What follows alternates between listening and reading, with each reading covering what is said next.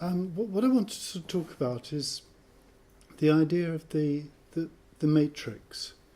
You know, that intermediary that as printmakers, book artists, often sculptors, go through in order to make a piece of work. I mean, if the traditional notion of the painter is of the painter and the canvas, there's nothing in between. That it's that the canvas bears the gesture of the painter's mark. Would you all agree?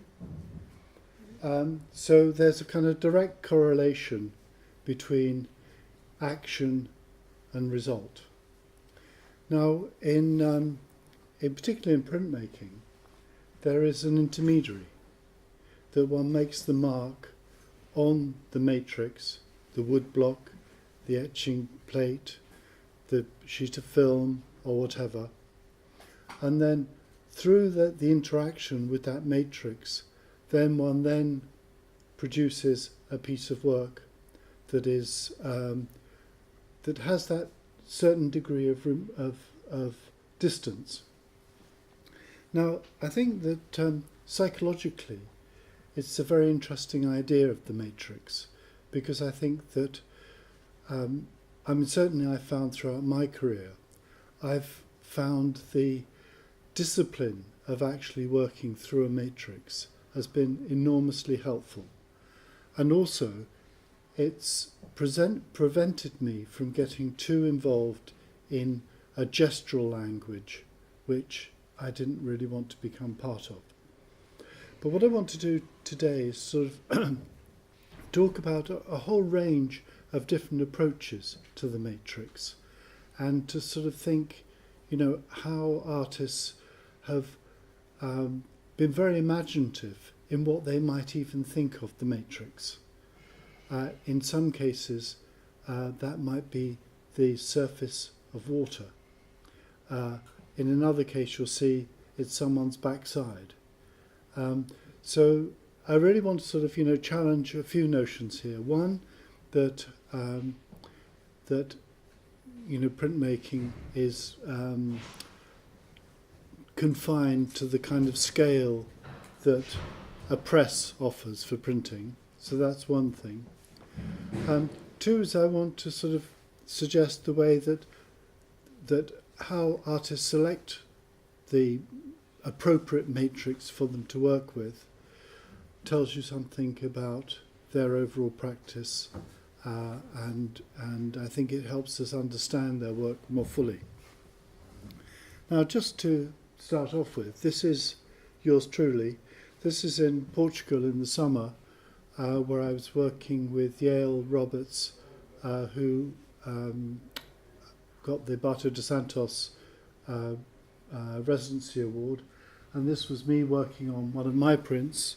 And so this is, in a way, in some ways, a kind of traditional way of working with a matrix. Here is a woodblock that I've made that has been laser cut.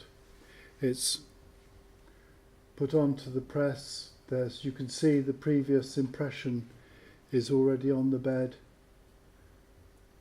It's printed, and there's a final print that is a result. In some ways, this is kind of quite a kind of traditional, accepted way of artists working.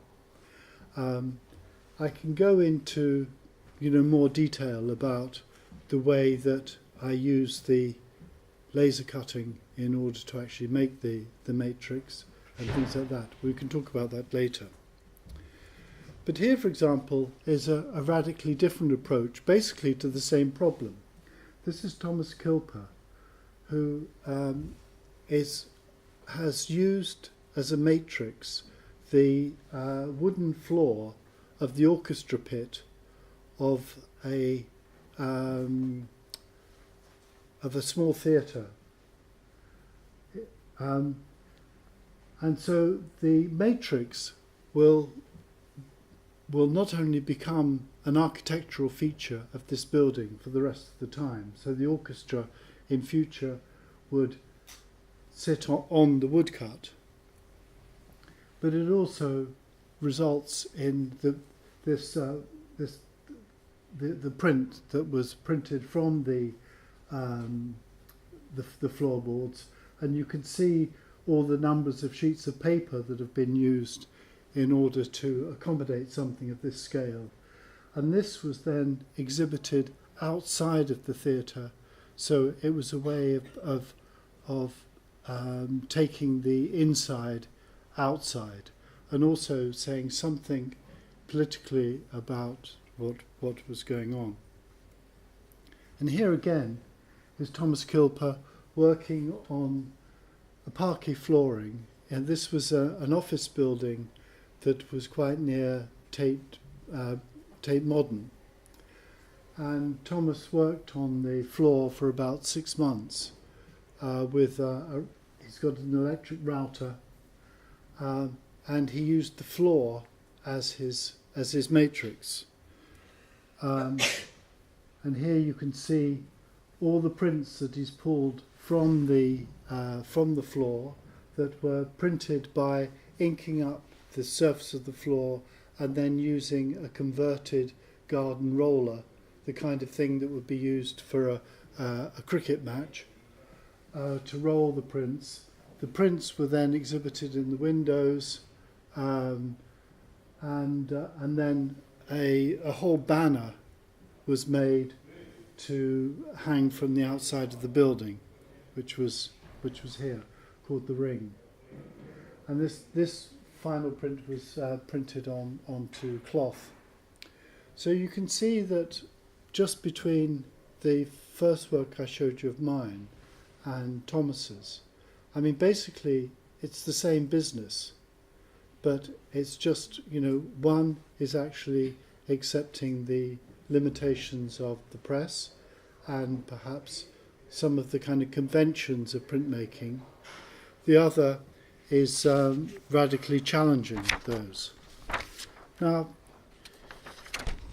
one of the things that's very important, I think, as artists, is to have a very healthy relationship with the past, because it's very easy to think that kind of contemporary art is where all the innovation and radicalism exists. Now, look at this. This is Albert Dürer's Triumphal Arch of Maximilian II. It's printed on 36 sheets of paper from 195 different wood blocks, and this is, monumental. It's almost 3 meters high by 3.5. Sorry, 3.5 meters high by 3. And this was, a huge undertaking that absolutely took years, working with a master engraver. So you can see that, contemporary printmaking and contemporary art doesn't, it's not the sole preserve of the large. Now, another approach to the very simple idea of the matrix within woodcut is in this double-page spread from an artist's book made by Jean Miro. And, what I think this is a sort of very sophisticated, cool-looking print. And these are the wood blocks from which it's made. These have been roughly sort of sawn and chiselled, but of course what is so wonderful about this process is that it means that he can print, in 2 printings, he can print 5 colours. So each thing can be, each raised area can be discreetly rolled up and printed in a separate colour, and then, as you see, then put together. And I think it's particularly interesting the way that Miro has really worked and coarsened the grain. So, for example, on the red block, you can see the wood grain is being used to actually instill more movement and to break up, an anonymity. Now, another approach to the woodcut is evidenced here in, this is quite a large woodcut by the artist Tony Bevan. And here you can see that going back to my original print, which was done by laser cut, so I didn't have to engage with the wood itself. That was done through technology. Here, Tony Bevan is actually setting himself up physically against the roughness and grain and toughness of the wood. And so in some ways, this self-portrait, the meaning of this self-portrait is compounded by his selection of a rough plank to actually print from, and the fact that when you're working with grain like this, when you cut in one direction, you can get a relatively smooth line. When you cut in the other direction, you are tearing the wood. And so this print, in a way, the expression is largely sort of tied up with this combative approach to the matrix. Now, a very, very different approach here is this is in Chuck Close's mezzotint. This is one of the largest mezzotints made. Now, if you look carefully, you can see that underlying this image is a grid. So if you look at the nose and mouth, you can see that that's delineated by a kind of square. And the way that Chuck Close worked on this was by copying from the photograph each square of the photograph and transposing it into mezzotint. Now, he started with the middle. Now, mezzotint is precariously fragile, and so by the time he'd finished doing the whole image and proofed it at various stages in between, the middle section had got worn down a little bit more than the others. So in some ways this print is, through his use of the matrix, gives you a kind of archaeology of the way that Chuck Close worked. It's almost like a kind of represented in here is a kind of movie of the making of this print.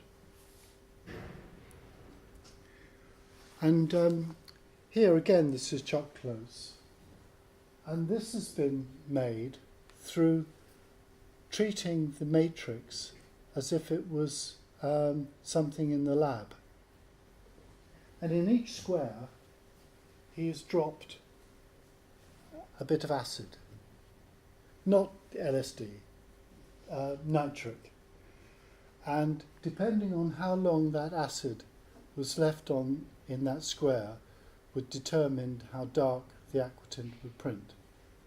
So here, once again, this is a kind of almost like a scientific approach, to the matrix and to this intermediary.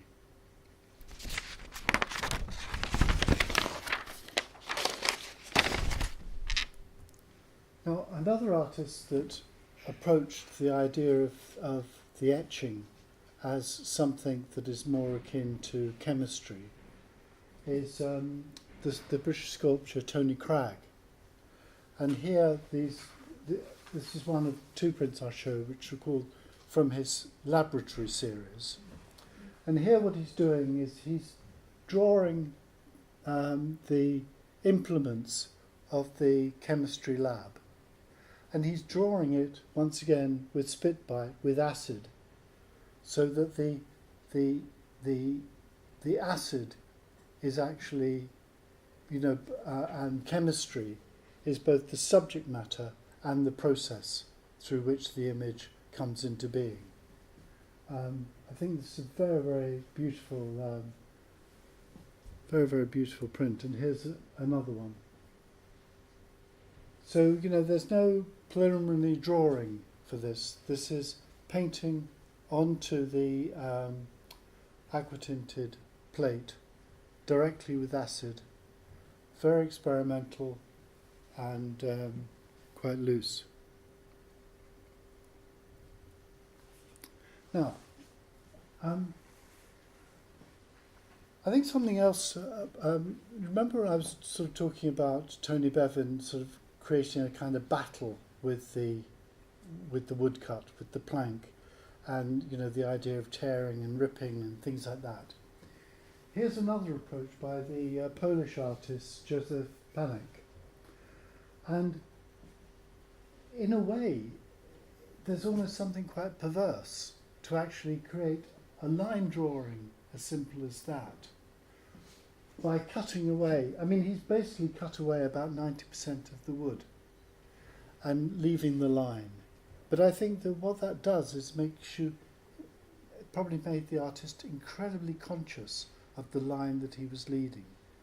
And, the line begins to sort of take on a kind of an expressive web.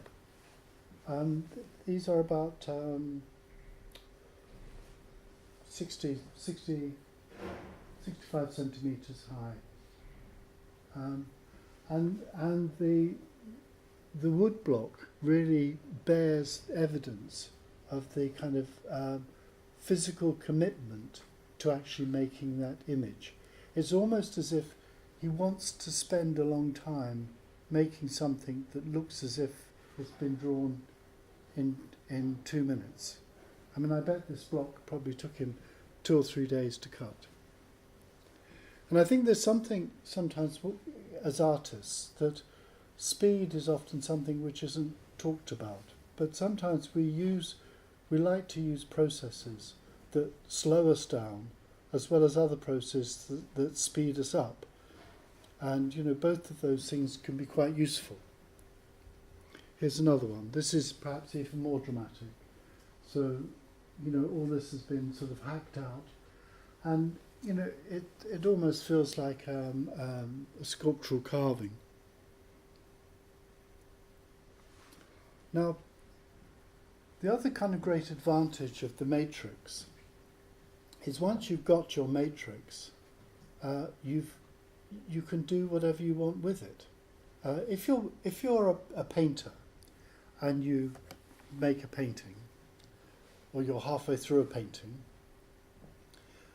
there's a point where you either have to stop and say, yeah, that's great, or if there were other possibilities that you wanted to explore, you'd have to go back to square one, start again, get another canvas, and try and replicate it.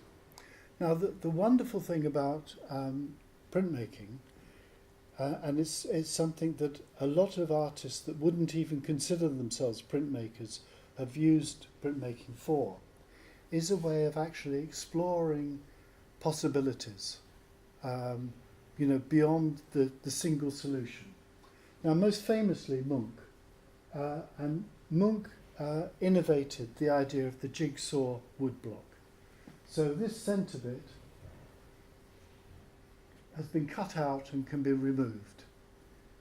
So this means that he can ink up the back block in one colour, ink up the other block in another colour. He doesn't have to worry about registration or any contamination of colour because he just fits one into the other and then he can print.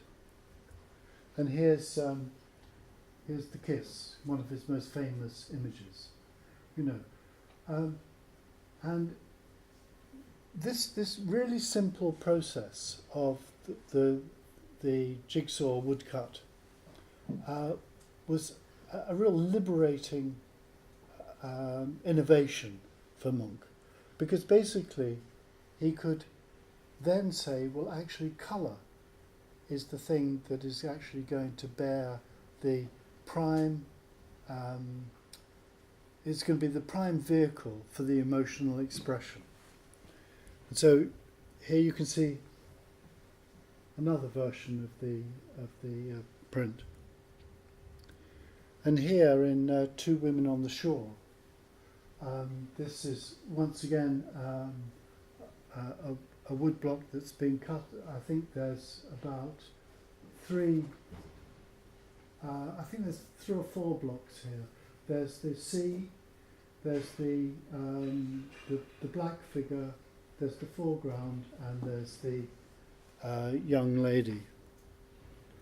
And so this just allows for an infinite number of kind of combinations. And Munch was never really interested in doing additions. Most of his prints are unique states, and he's exploring this on, from his position as a painter.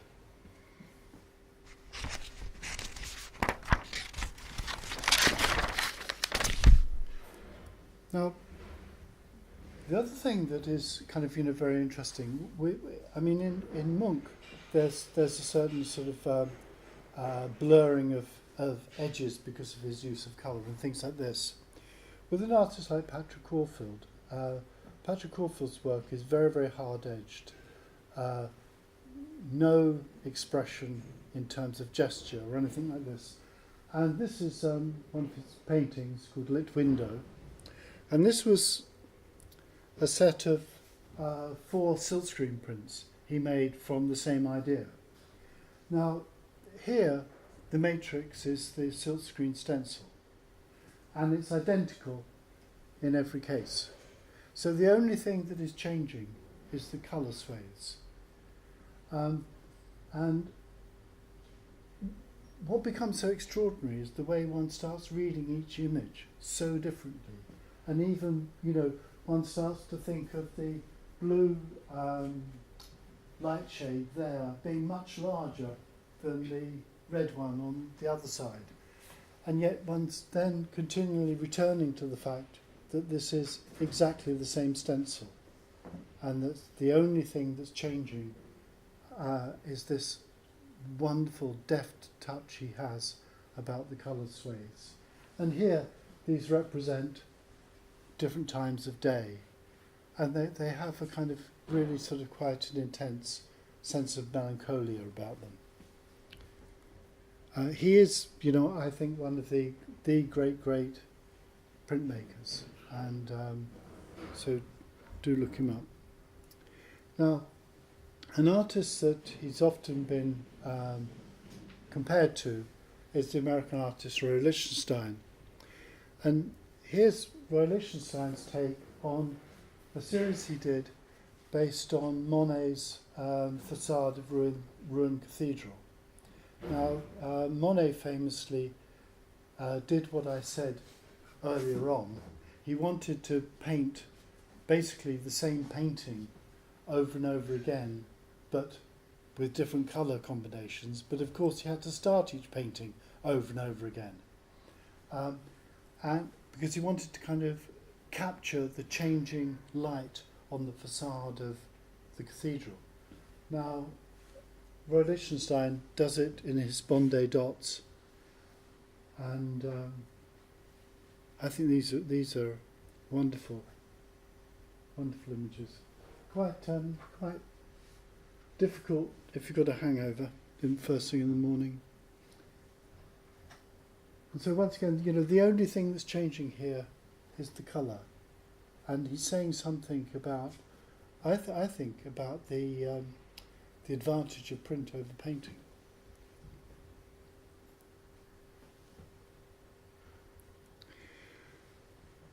Now, this is the Rembrandt's famous etching, the 3 Crosses.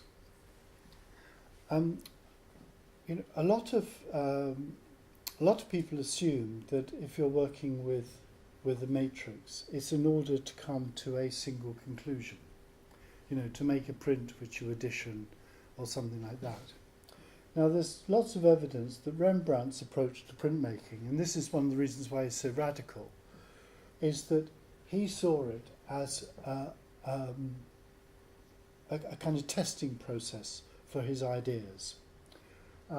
Nowhere more so than in this composition, the 3 Crosses. There's not a kind of sense that he was trying to take this to a final conclusion. Here's another version of it.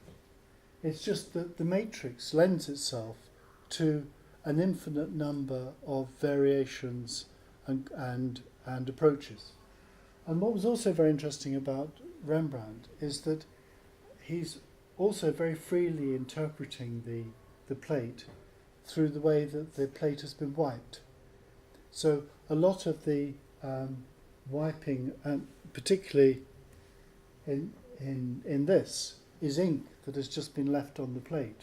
So there's Rembrandt, literally drawing and painting on the etching plate itself in order to come up with a result. And then here this is a set of 4 by Chris Lebrun, who's the president of the Royal Academy.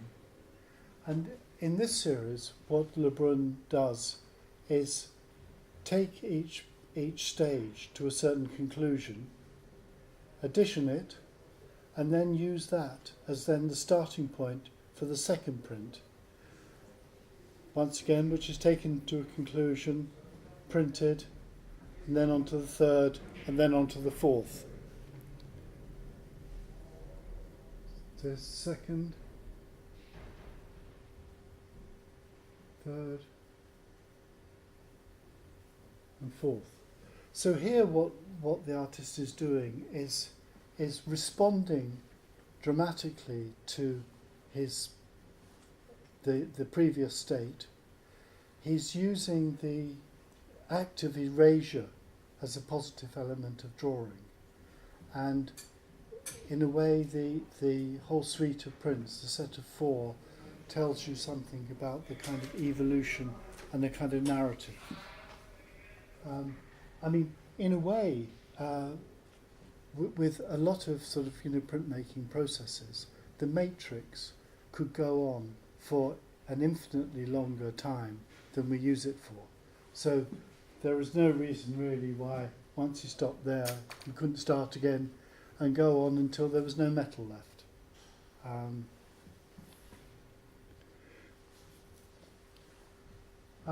Another artist that really approached the potential of printmaking as being a fluid space was Picasso. There's a marvellous book that's just come out from the exhibition that was on at Gagosian called Matadors and Bulls and Matadors, I think it's called, and it looks at his an aspect of Picasso's prints in terms of those two subject matters. But basically with Picasso, there is a kind of sense that every conclusion was the starting point for another. So here you've got, this is 2 lithographs from Head of a Young Girl. And, dramatic reworking. This is with lithography. So this is worked directly on the stone. And he's just using, the previous stage as a stepping stone or a bouncing board to explore his ideas even further.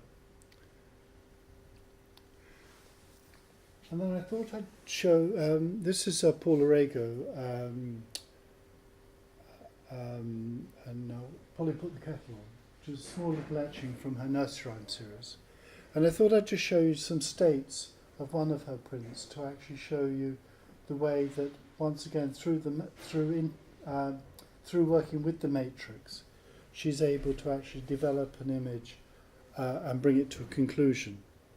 So this is the first stage. So this is a drawing that she made directly through hard ground onto an etching plate, and it's then etched and the first stage printed. Now this would probably be the first time that Rego would have seen the image the right way round, because obviously there's a mirroring in etching. The next stage is a rather sort of crude aquatint has been applied, and this has then been etched progressively so that there's about 4 or 5 dips on that.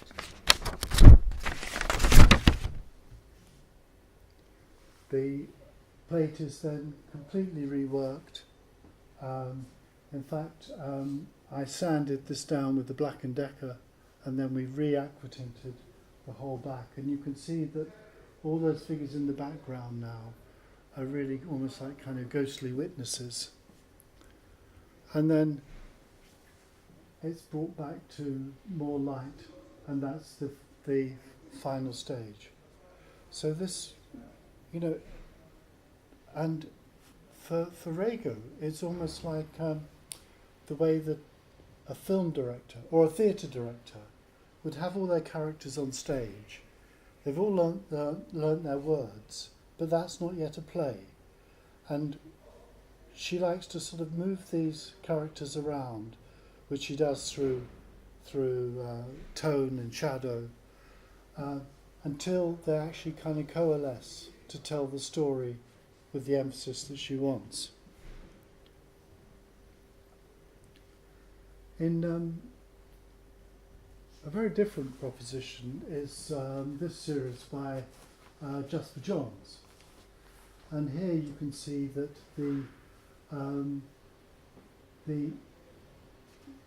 this is 0 through to 9, and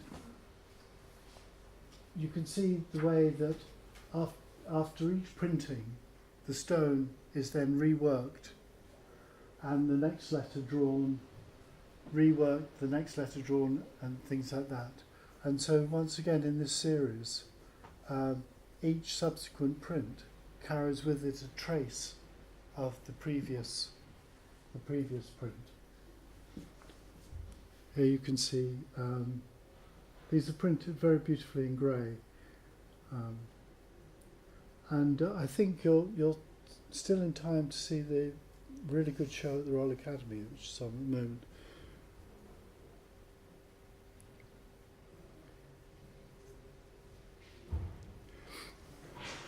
Now, you know, the idea of the matrix isn't confined just to those people that would see themselves as printmakers. This is Agnetha Bertelli, and here the matrix is an actual chair that she's actually taken a rubbing from. So this is a life-size rubbing of a chair that forms the basis of this drawing.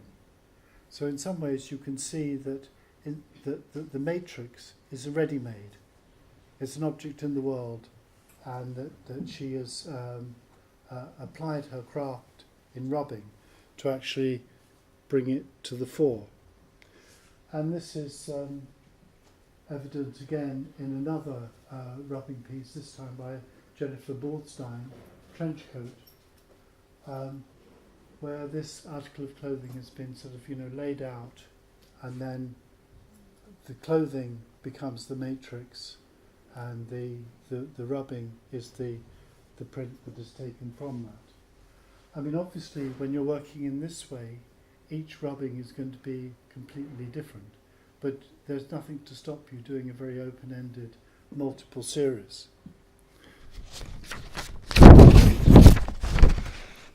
And while we're on coats, I thought it was interesting to sort of bring this Jim Dine bathrobe. This print is all cut up into sections, so each coloured section fits together almost like it's a puzzle. So once again, it can be very, very freely inked, and then with no risk of contamination or having to be fussy or anything like that, put together and printed. And here's another version of that, this time just in black.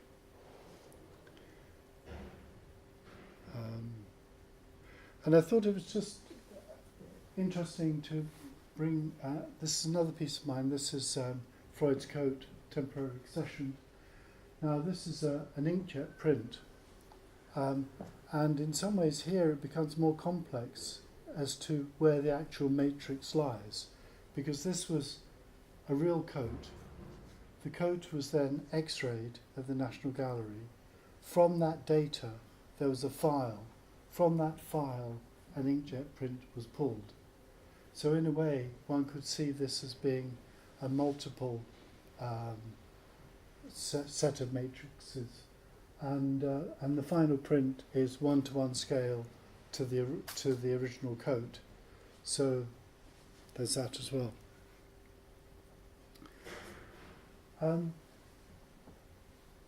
Going into the kind of complexity of the idea of the matrix, this is Tim Head, Dust Flowers, and this is an inkjet print. It's almost 1 metre square, and this print has been achieved by the computer speaking directly with the printer, with no software in between. And so this is a printout, line by line, of in a way, of the noise that the printer has inherently within it.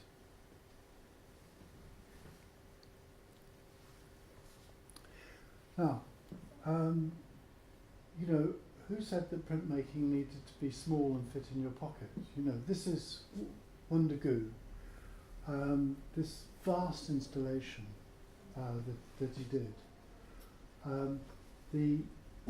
Has all the granite blocks with the poems cut into each block. You can see it better here. And then these in turn are then used to take rubbings from that are then printed on the text. So this is the most sort of wonderful, monumental exhibition. What I also think is so wonderful about it is that it's based on the idea of Tang poetry and the kind of fragility and ethereal nature of poetry is here, in a way that's evidenced by the rubbings onto the very fine Japanese paper. But then that is in contrast to these pieces that feel as if they weigh a ton. So there's this kind of tension between the two. And this is another piece by Kui Ji. I'm not quite sure how you pronounce that. Yeah. And here is the set of blocks from which all the prints have been taken from. So here, in a way, there's a sense of condensed knowledge here that is then sort of laid out. And in some ways, I think this is sort of, a rather beautiful example of, the way that a book is condensing. The outside of a book is, in some ways, gives very little clue to the amount of knowledge that's contained within it, within all those pages. Now, Tongu, the New World Climax, I think this is a wonderful piece, because here what he's doing is he's making his matrix, which is these large wooden stamps, and then these stamps are then used to actually make the print. So in a way what he's done is it's opened up the whole process of printmaking. And in some ways this was very much a reaction to the way that as a black artist from Africa, he was continually stopped at customs and his bags checked and his passport checked. And in fact, in one instance, he made a sculpture.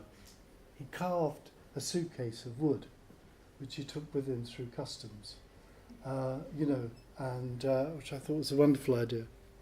And here you can see these are based on the kind of passport stampings. But also, I think, rather beautifully, he's used the wood grain as a kind of metaphor for the fingerprint. So, I mean, in a way, the spirals of a tree are its signature. And here, he's doing that as well.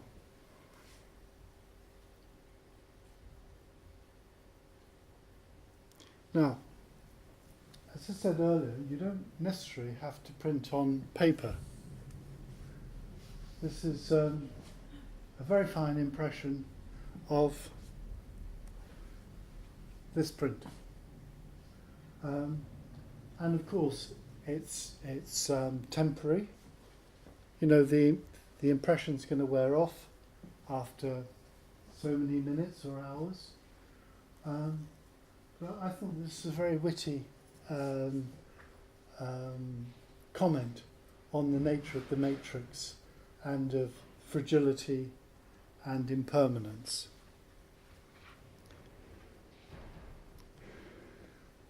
Oscar Munoz is a very interesting artist. He's very much engaged with political issues, particularly around ideas of disappearance and things like this.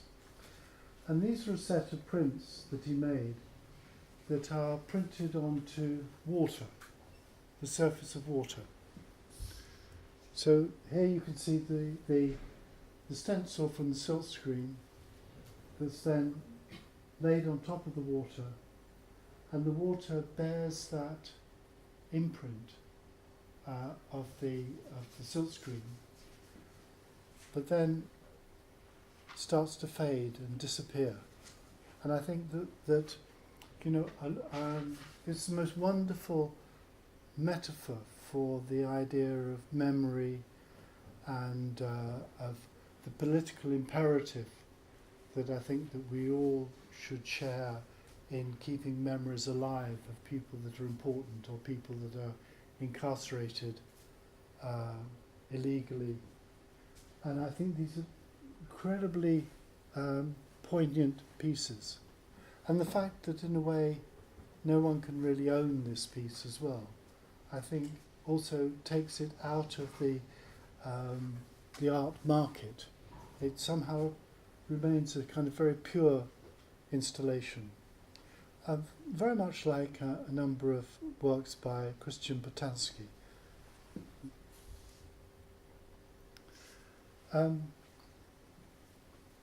This piece by Betsby Romeo, using old car tyres as the matrix, and here these prints go up. I think this is very, very beautiful, and in a way sort of touches on the idea that as artists one should be very, very resourceful. You know, we get very used to thinking that you go to an art shop to buy art materials. Now, famously, when Rauschenberg was first setting up his studio in New York, he had a trolley, and he used to go round the block each morning and gather what he found on the street, and out of that he'd make his paintings and his mobiles and things like this. So, you know, I think that work like this is a kind of reminder that really interesting work can be made from just an imaginative approach to something. There's also a kind of famous piece that one of the first prints that Rauschenberg did was he inked up his car tire and drove it along a large sheet of Japanese paper, and that was then assembled in a scroll.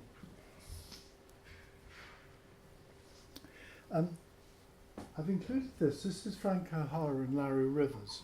Larry Rivers is the artist. Frank O'Hara was a famous beat poet in New York. One of his great lines in one of his poems is, falling in love with you is like getting in a taxi and saying, okay, let's go round the block twice.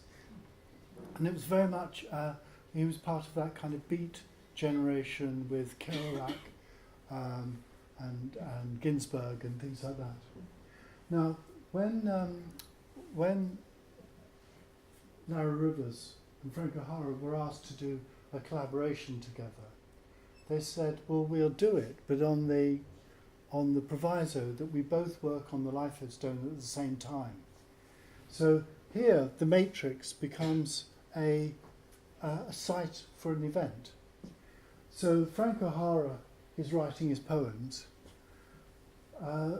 Larry Rivers is drawing in between, and I think that they both corrected each other's as well. So it's a kind of collaborative thing.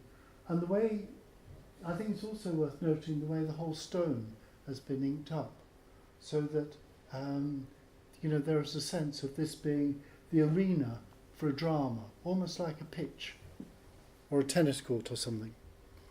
Here's another one, and this set's in the in Tate, Britain.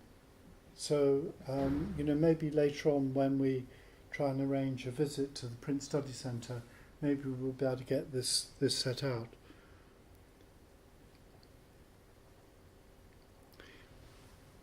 Now, a very interesting artist, Nancy Spiro, who is sort of having a little bit of a lot more renewed interest in her. A lot of her work has been made by making these polymer plates of figures, which she then inks up and prints directly on the wall or directly on the paper. So it's almost as if she's got a whole alphabet of these little cut-out plates. So, she doesn't need a press. She can do wallpaper. She could fill this theatre, with decorations just by printing them up, pressing them against the wall. So, that also allows for the idea of repetition and movement and things like this. So, for example, you can see here a multiple printing of the same thing. So here she's not trying to make an addition that can be duplicated. She's using a matrix almost as a whole set of stencils. Here's another one, which is sort of, and it becomes almost like a kind of musical score, kind of jazzy dance. I think this is great.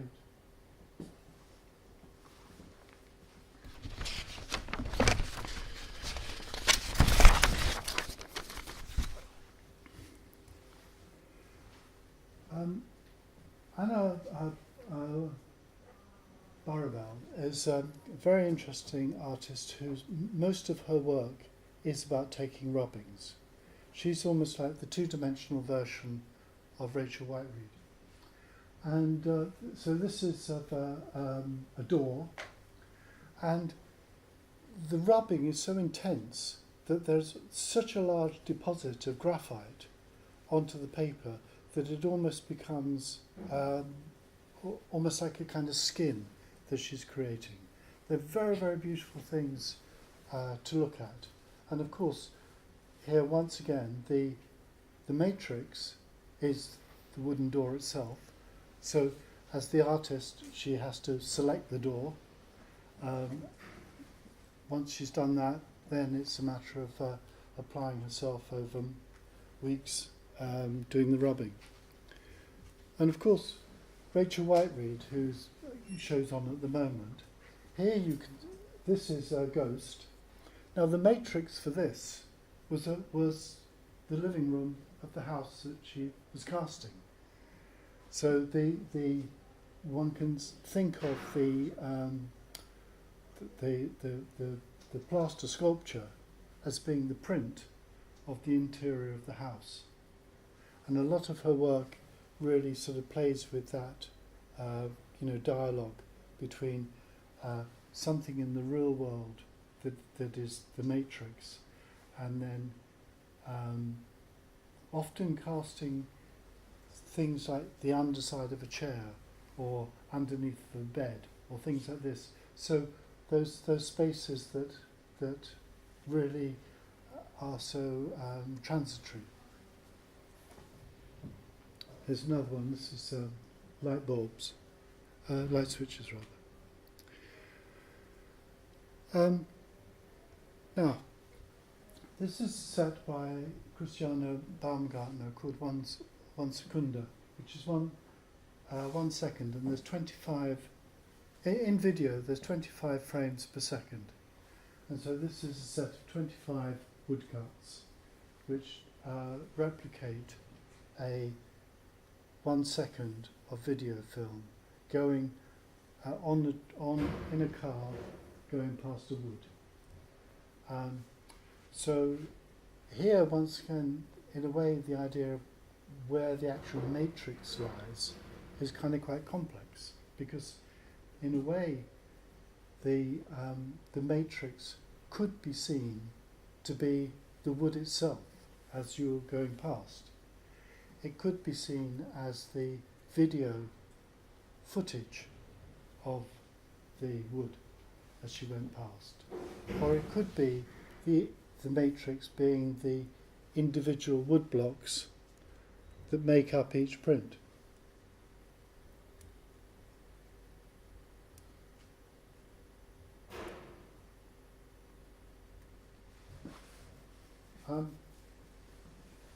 Now another example is here. This is Terry Winter's graphic primitives. Now these are drawings that have been very freely worked, scanned, and then these drawings have then driven an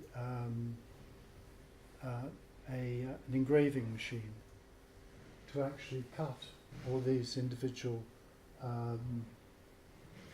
etching plates that are then etched. So here once again there's sort of old and new technologies at work and things like that. This is a large laser cut by Charlotte Hodes. Here this is a kind of combination of both inkjet and laser cut, and working on two layers of print. So there's so this pink underneath this pink is a separate layer of paper.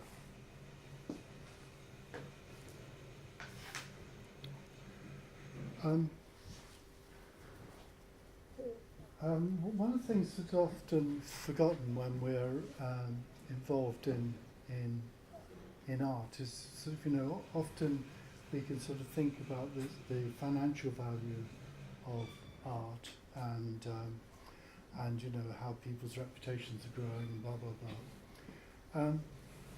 It's easy to forget how important art, and often particularly printmaking, has been in terms of the development of civilization. And I think nowhere more so than in this. This is a diagram of the Brooks slave ship, illustrating how many people could be accommodated, how many slaves could be accommodated for the journey from Africa. It's both a very beautiful engraving and also probably one of the most harrowing, because it basically reduces people to just chattels and space. And this was used as the basis for this wonderful print by Willie Cole called Stowage. Willie Cole's a black artist working in New York. And here he's intentionally used very, very coarse planks to, in a way, represent the kind of floorboards of slave ships, the coarseness and the harshness. And also he's used irons as a kind of, both as an indication, a memory of tribal shields, but also as he felt that for a lot of people now in modern slavery, the iron representing domestic labour is just as much an enslaving tool as the chattels that a previous generation had. So I think this is an incredibly politicised work, and a very, very beautiful use of the matrix. And then I thought I'd just finish with these are Alberto Giacometti, towards the end of his life, started a set of prints which were only published after he died. It was called Paris sans fin, Paris without end. And I think there's something like about 180 lithographs. And Giacometti would go out at night with transfer paper. So here, that's another matrix, the prepared transfer paper for lithography, which he'd go out and he'd sketch things that he noticed, fleeting moments, not any kind of great ceremony or big event, but just little things that he noticed. Traffic lights, a figure passing,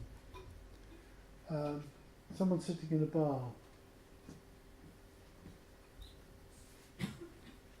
a tree in one of the boulevards.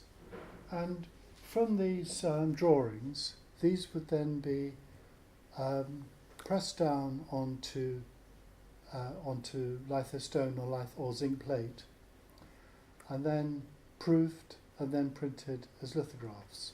So obviously, if you're an artist and you want to work on plein air, lugging litho stones around is not really a good idea.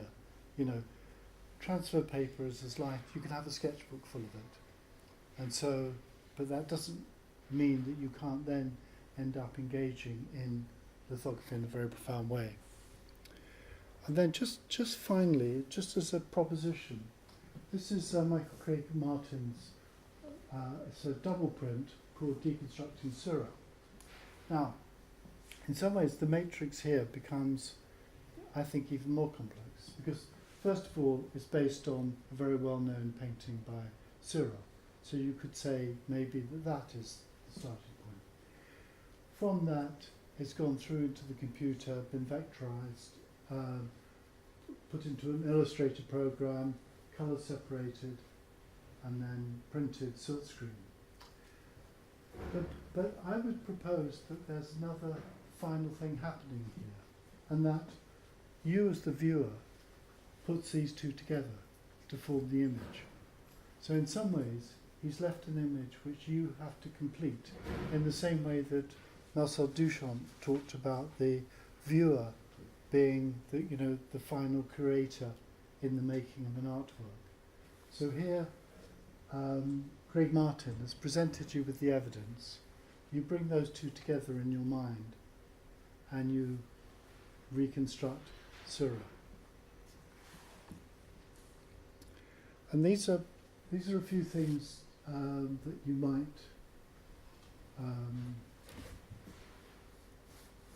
connect with some of the things I've said. And that's basically about it. But any questions? Do any of you think what I've said is the biggest load of rubbish you've ever heard since you arrived? You've been very polite. Yeah. The only thing before attending this lecture, I never thought about the word matrix as also the name of the play. Maybe because of a translation kind of thing. Yeah. So I merely thought about as a grid rather than, as a play. So I thought really open it's really something to talk about. Yeah. I think one of the things is that the matrix gives you, as the artist, something to have a conversation with that is over and above your imagery. So that some people have a predilection for certain materials. Some people have a need to be able to work very, very fast. Some people have a need to try and slow down. And by thinking a little bit more consciously about how you might find the appropriate matrix and engage with it, it can actually turn an idea that is perhaps on this level, crank it right up. So in a way everything becomes embedded, and everything is contributing to carrying your idea through into the world.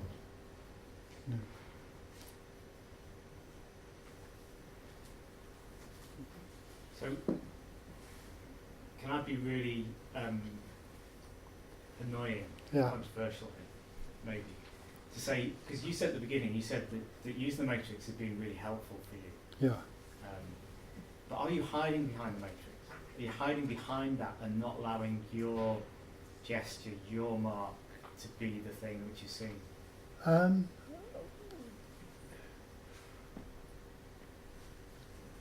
Well, I mean, it's a good point. But for example, you know, some artists are autobiographical. You know, Tracy Emin, everything about her work is about her wanting you to get involved in her life and loves and her cat and you know. I don't want anyone. I don't have any desire to share that kind of information. I want. I see the work that I make as being something that I construct and build, and within that is what I want to be discussed. If I need anything else, I've got to find a way of bringing it in. But I don't find it something to hide behind particularly. In a way, I think it enables me to be more me. Because, you know, I mean, my first, when I first went to art college, I wanted to be Jackson Pollock. So I turned up, you know, I bought a new pair of jeans, and I thought, well, you know, give me a canvas, give me something big, and I'll splash it around. I did that for a couple of days, and looked at the mess, and I thought this was like me acting like Jackson Pollock. And then to make matters worse, I then sat on my palette, which was acrylic. So I walked around for the rest of the week with an arse that looked like one of those monkeys that have very decorative backsides. So I had a full spectrum. And I learned quite a harsh lesson, you know. I mean, it's the same with, you know, that some people are poets, some people are novelists, some people are, you know, some people write War and Peace. You have to sort of, in a way, find where your contribution can lay. And, you know, nothing's worse than if you're a miniaturist trying to write an epic novel. You know, it just doesn't work. And I'm probably much more of a miniaturist. I like 2 or 3 elements to try and orchestrate. Otherwise I get confused. So in a way, it's the classic thing of presented with a blank canvas, you restrict yourself to generate some initial activity. Yeah. You found that for you that matrix becomes a very helpful kind of catalyst to activity. Yeah.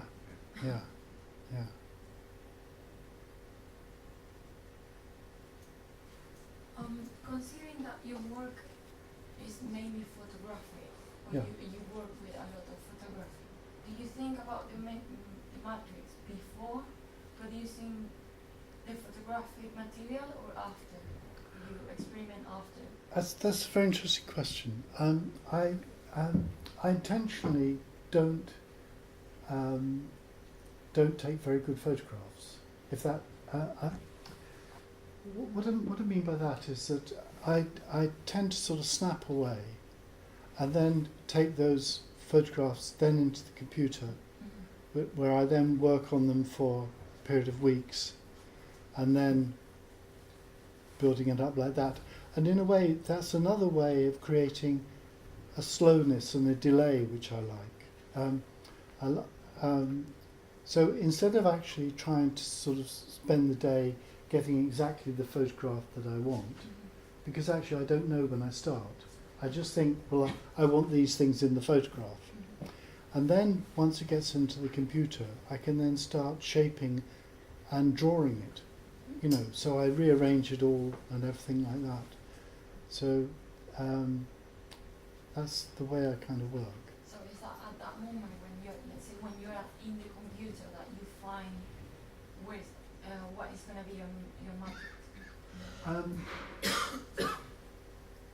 Yes, there's a certain point where I start to make a decision about the first thing is generally what size it's going to be, what scale. And then I'll often print out something very rough so that I've got that pinned up. So I'm not looking at the screen anymore. I'm looking at the physical thing. And